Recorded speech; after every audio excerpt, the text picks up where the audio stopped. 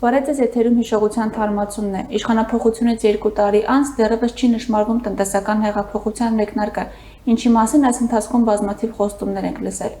Ներդրումներ, գործարաններ, աշխատատեղեր, սրանց մասին տրվող խոստումները ոգևորիչ էին, բայց ինչպես ցույց տվեց ժամանակը, ոչ այնքան իրատեսական։ Մենք օրեր առաջ տաթև խոսում էինք ներդրումների մասին, երբ իշխանափոխություն եղավ եւ մենք արդեն նոր կառավարություն ունեցանք, անընդհատ թե Նիկոլ Փաշինյանը, թե իր թիմակիցները խոսում էին, որ վերջապես մեր հայրենակիցները կգան Հայաստան եւ մենք կունենանք մեծ թվով ներդրումներ։ Իհարկե այդ խոստումներին մենք հետո ունեցանք ներդրումների պակաս, այսօր կխոսենք գործարանների մասին, որոնց մասին եւս սիրում էր խոսել Նիկոլ Փաշինյանը, ասելով, որ Հայաստանում նոր գործարաններ են բացվելու։ Եվ ապահովելու են որոշ թվով աշխատատեղեր, նա այդ մասին խոսում էր այսպես տարբեր մարզեր իր այցելությունների ժամանակ հատկապես։ Այո։ Հայաստանի տնտեսության մեր տեսլականը հետևյալն է, Հայաստանը պետք է լինի արդյունաբերական երկիր։ Եվ արդյունաբերության մեջ եւ ընդհանրապես տնտեսության մեջ մենք առաջնային դերակատարում ենք տալիս ռազմարդյունաբերական համալիրին, պայմանով, որ ռազմարդյունաբերական համալիրը պետք է ամեն օրվա, ամեն շաբաթվա, ամեն ամսվա եւ ամեն տարվա հետ լինի տեխնոլոգիական, այսինքն համապատասխանի բոլոր ժամանակակից տեխնոլոգիական չափանիշներին կամ առնվազն շարժվի այդ ուղղությամբ եւ երկարաժամկետ իմաստով մենք պետք է նաեւ տեխնոլոգիական նախաձեռնություններ ցուցաբերելու, տեխնոլոգիական նորարարություններ արտադրելու հնարավորություն ունենանք։ Արտահերթ խորհրդարանական ընտրությունների քարոզարշավի ժամանակ, երբ Նիկոլ Փաշինյանը այցելել էր Լոռու մարզ, այնտեղ հանդիպում էր ունեցել Ալավերդու գործարանի աշխատակիցների հետ եւ խոստացել էր, որ շուտով վերաբացվելու է Թեղուտի հանքը, որովհետեւ ինքը կառավարությունը Հայաստանի ավելի ճիշտ պայմանավորվածություն է ունեցել Ռուսաստանաբնակ հայ գործարարի հետ եւ իրենք կկարողանան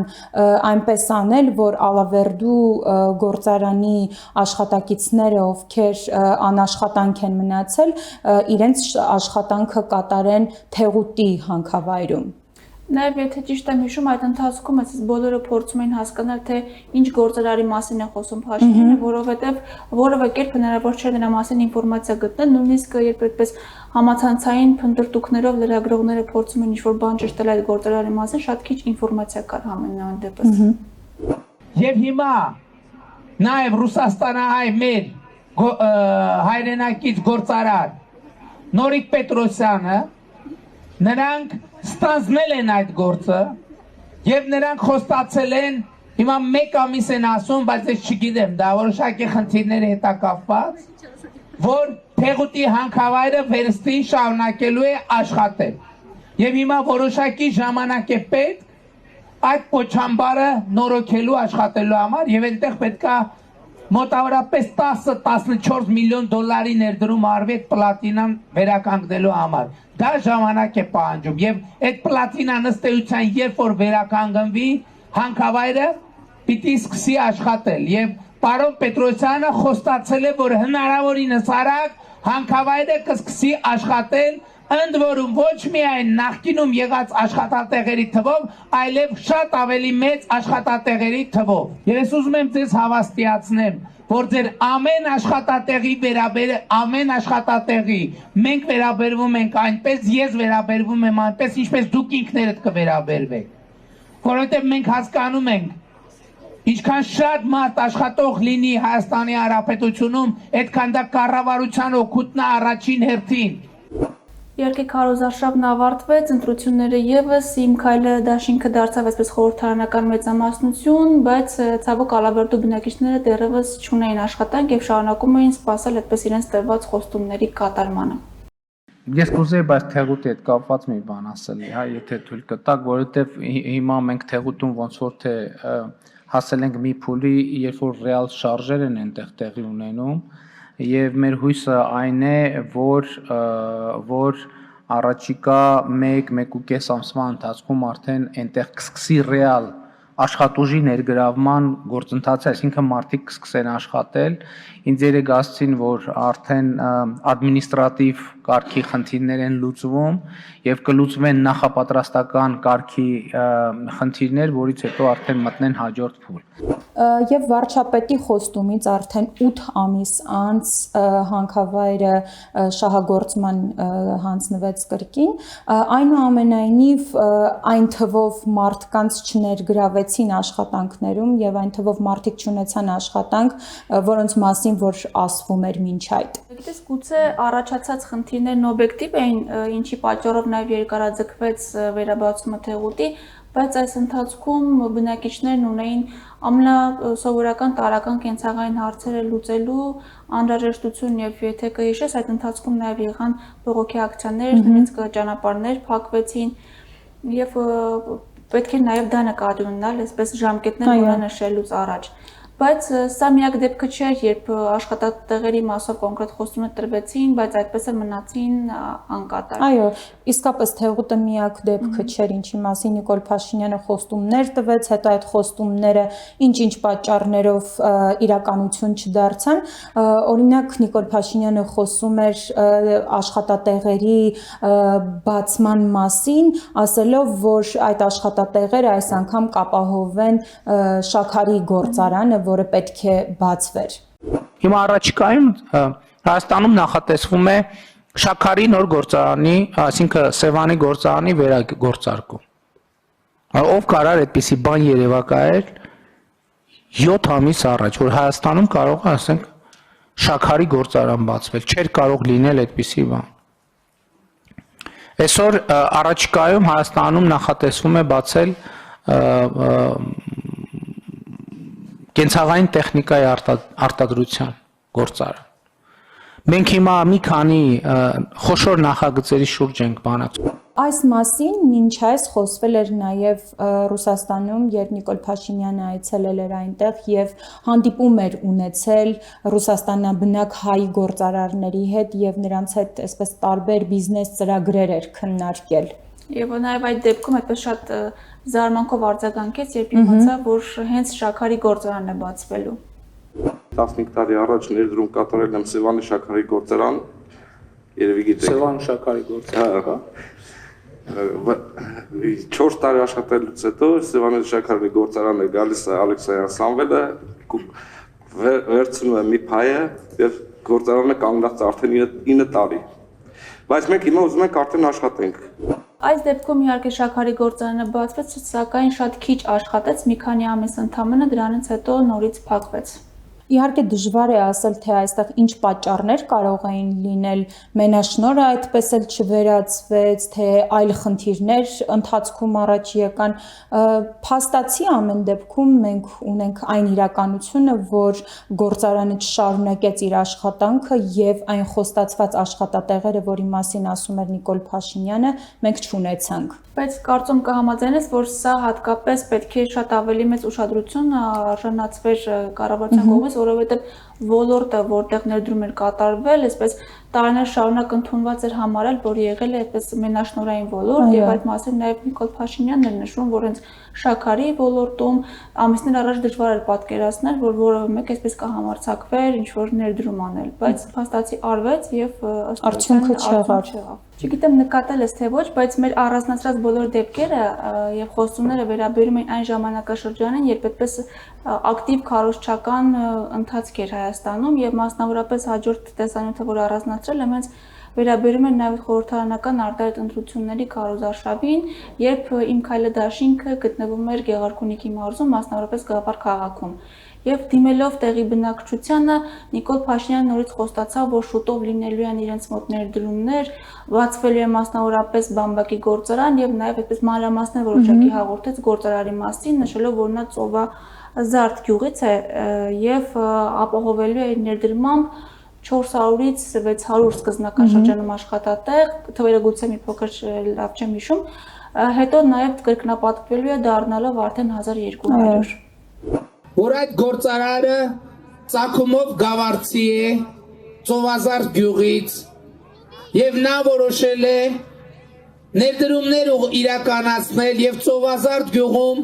ստեղծել տեքստիլ գործարան, որտեղ բամբակից թել են մանելու եւ սկզբնական շրջանում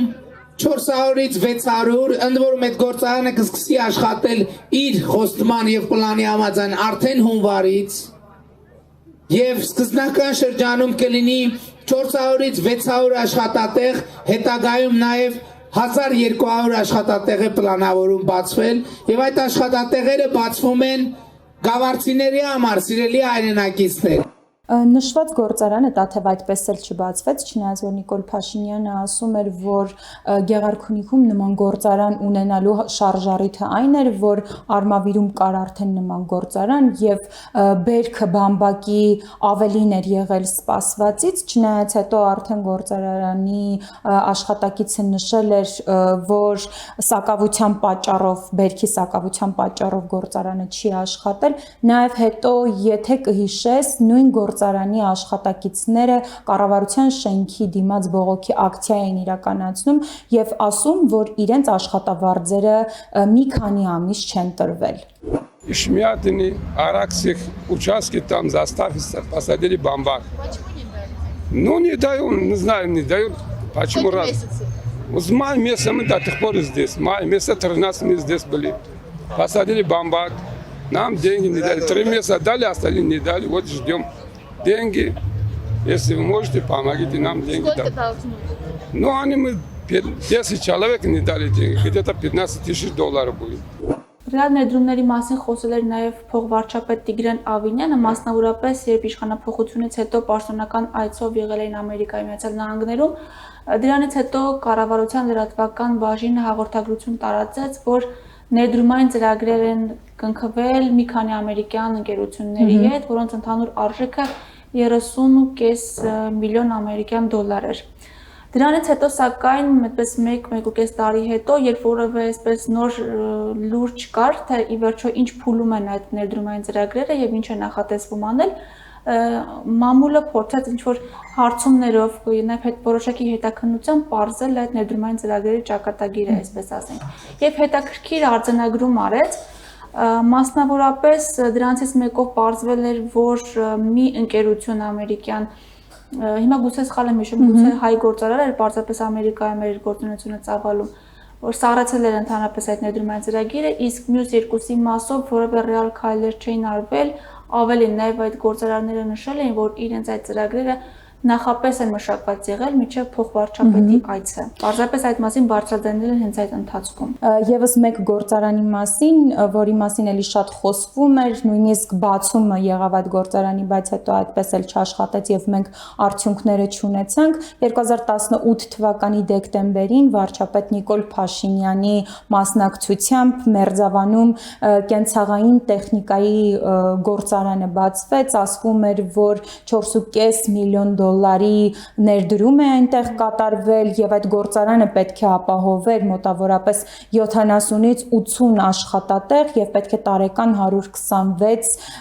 միավոր տեխնիկա արտադրվեր, նախատեսվում էր, որ գործարանում հայկական արտադրության սառնարաններ, լվացքի մեքենաներ եւ այլ տեխնիկական իրեր կարտադրվեն, բայց հանդիսավոր բացումից հետո գործարանը այդպես էլ չաշխատեց, ամեն դեպքում մենք այդ աշխատանքը չտեսանք եւ այս գործարանին նաեւ կառավարության նիստերից մեկի ժամանակ անդրադարձել էր նաեւ Նիկոլ Փաշինյանը։ Բայց այս դեպքում պետք է ասենք ցավոք չաշխատեց, որովհետեւ կարծում կհամաձայնեն շատ պես խոստումնալի եւ սպասումներ կային շատ տեղական արտադրության, հայրենական արտադրության տեխնիկա են ունենալու։ Այո։ Այս վերջերս էլ մամուլում հրապարակումներ եղավ, որ մենք գնացինք բացեցինք եւ դա fake բացում էր, իրականում չի աշխատում, ինչա տեղի ունեցել։ Իրականում fake չի, ամենևին որևէ նման բան չկա, ուզում եի հատուկ բարձրաբանել, որ լրացուցիչ հարցում ենք կատարել, մի քիչ ուշացել են պլանները, բայց աշխատակիցները վերապատրաստված են, այս առաջին խմբականակը, որ սպասում է մաքսազերծման, արդեն Փոթիից Երևան ճանապարհին է, այս որոշման ուժով մաքսազերծումը կկատարվի առանց մաքսատուրքերի վճարման, առաջիկա ամսվա ընթացքում արդեն առաջին խմբականակը կարտադրվի, այսինքն կհավաքվի եւ կիրացվի։ Իդեպ խոսեցինք հաղորդաշարի ընթացքում տրված խոստումների մասին, հաջորդ նման խոստումը վերաբերում էր Լոռու մարզում բացվող մի գործարանի, մասնավորապես երբ Նիկոլ Փաշինյանը Վանաձորում էր խոսում էր այնտեղ սպասվող տնտեսական հեղափոխության, տնտեսական փոփոխությունների մասին, նա նշեց, որ առաջիկայում այստեղ բացվելու է գործարան, որը ապահովել է մոտավորապես 150 աշխատատեղ։ Դրանից հետո մենք ականատես եղանք, թե ինչպես հանդիսավոր կերպով բացում տեղի ունեցավ, մասնակցեց վարչապետը, պատկան մարմիններ, բայց ցավոք հետագայում նորից մամուլի ջանքերով եւ հետաքննությամբ պարզվեց, որ այս գործարանը եւս չի աշխատում։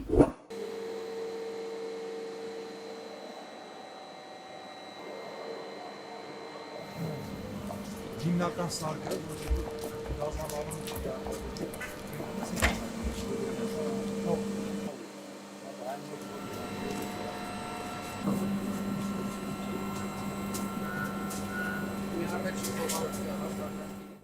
Իդեպ գործարանը մինչև հիմա շարունակում է արտադրանք չտալ, սա երևում է հատկապես, երբ այսպես փնտրում ենք զինծառայողների ապահովագրության հիմնադրամի պաշտոնական կայք էջը եւ ինչպես գիտես այնտեղ յուրաքանչյուր ընկերություն իր ամեն գրանցված աշխատողի համար պետք է փոխանցում անի 1000 դրամի չափով, երբ փնտրում ենք տվյալներ եւ ինֆորմացիա այս ընկերության մասին, մասնավորապես Ռադ Սանե Վաշամիր գրուպ ՍՊ-ի մասին է խոսքը եւ որևէ ինֆորմացիա չեն գտնում, ինչը նշանակում է, որ վճարներ այդպես էլ շարունակում են չկատարվել։ Իհարկե դժվար է ասել, թե ինչի արդյունքում մենք նմանատիպ դեպքեր ունենք։ Ամեն դեպքում մենք ունենք փաստ, որ խոսվում է տարբեր գործարանների մասին, երբեմն, ինչպես խոսեցինք այս ընթացքում, լինում են հանդիսավոր բացումներ, բայց այնուամենայնիվ գործարանները այդպես էլ չեն բացվում, նոր աշխատատեղեր այդպես էլ չենք ունենում եւ այստեղ մտահոգիչ է կառավարության վերաբերմունքը, որ կարծես թե միայն այդ հանդիսավոր արարողության մասն է իրենց հետաքրքրում, գնում են մասնակցում են բացմանը գործարանների, բայց այդպես էլ թե ընթացքը գործարանների աշխատանքի ինչպիսին պետք է լինի, կառավարության կողմից կարծես թե հետևողական այսպես վերաբերմունք չենք տեսնում։ Բացի այդ դա հանգեցնում է նաև այդպես աշխատանքի սպասող աշխատատեղերի խոստումների կատարմանը սպասող քաղաքացիների հիասթափությանը։ Եվ այստեղ ես ուզում եմ հիշեցնել, որ երբ մեկ անգամ Նիկոլ Փաշինյանը կրկին անդրադառնում էր ներդրումներին, ասում էր, որ ամեն ներդրողի պետք չէ հավատալ, երբ օրինակ գալիս են եւ խոստումներ են տալիս, որ օրինակ ձմռանը կարելի է Սևանի տաք ջրում լողալ։ Այսօր հիշողության թարմացումն այսքանն էր, մնացեք բարով, ցտեսություն։